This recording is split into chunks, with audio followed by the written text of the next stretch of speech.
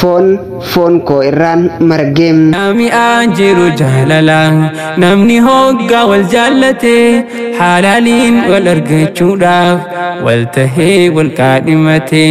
Ani maqaan koo Munawwar Ahmadiin jaamam kan itti dhaladhee jiituu magariituu ba'a Oromiyaa Harargee Lixaatiin kan hin jiraadhu ammoo biyya Ormaatiin. Xalayaa kana kan hin barreesseef haadha mana kootiif anaa fi haati mana koo dubrii yoo taanu ilaalchumaa fi kabaja dubrii osoo walii qabnu jaalalti dhugaadhaa walirraa nu qabdee erga jaalalti walirraa nu qabdee jaalalli keenya akka hin xoolagneef dafnee bultii ijaarranne erga gara bultii walii seennee arra waggaa 3 lakkoofsifnee jirra.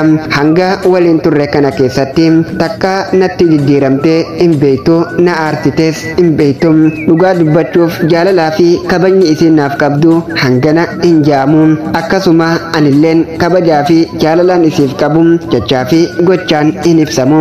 Irra caalaa akkaan xalayaa kana barreessu kan na taasise haalaa fi amala isii jecha isii akka aannanii na qabbaneessu sanii yeroo ammaa kana keessaafuu biyya Ormaa keessatti dubartii akka isii argachuun anaaf carraadha.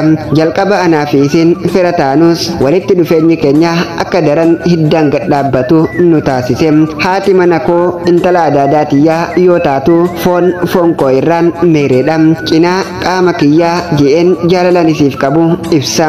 Anaa fi haati isii foon yoo taanu isiin foon koo irraan magarteedha.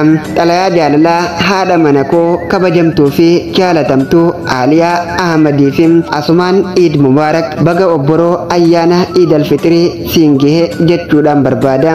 Jaalalli kun immoo fayyaa ijoollee akka uffataa yoo qaqqabaa hin oolle haara'umsa isin jalaa maataa yoo kunuunsan aanan caalaa addaata. Warri xalayaa jaalalaa walaloo jaalalaa asoosama seenaa jireenyaan qabaa karaa kamiiniin si argachuu danda'a jettan hundaaf karaan ittiin argachuu dandeessan karaa yuutuuba chaanalaa Burqaa Shengiisuuf dhufuudhaan sabiskiraayib kisee isin gootan lakkoomsi waasaappii liinkiin waasaappii ol siniifaati achiin karaa waasaappiitiin na argachuu dandeessuun isiniin jaa galatoomaa hojiin keenya yoo isinitti tole sheer laayik gootanii waliif qooduu hin dagatinaa. Jaalala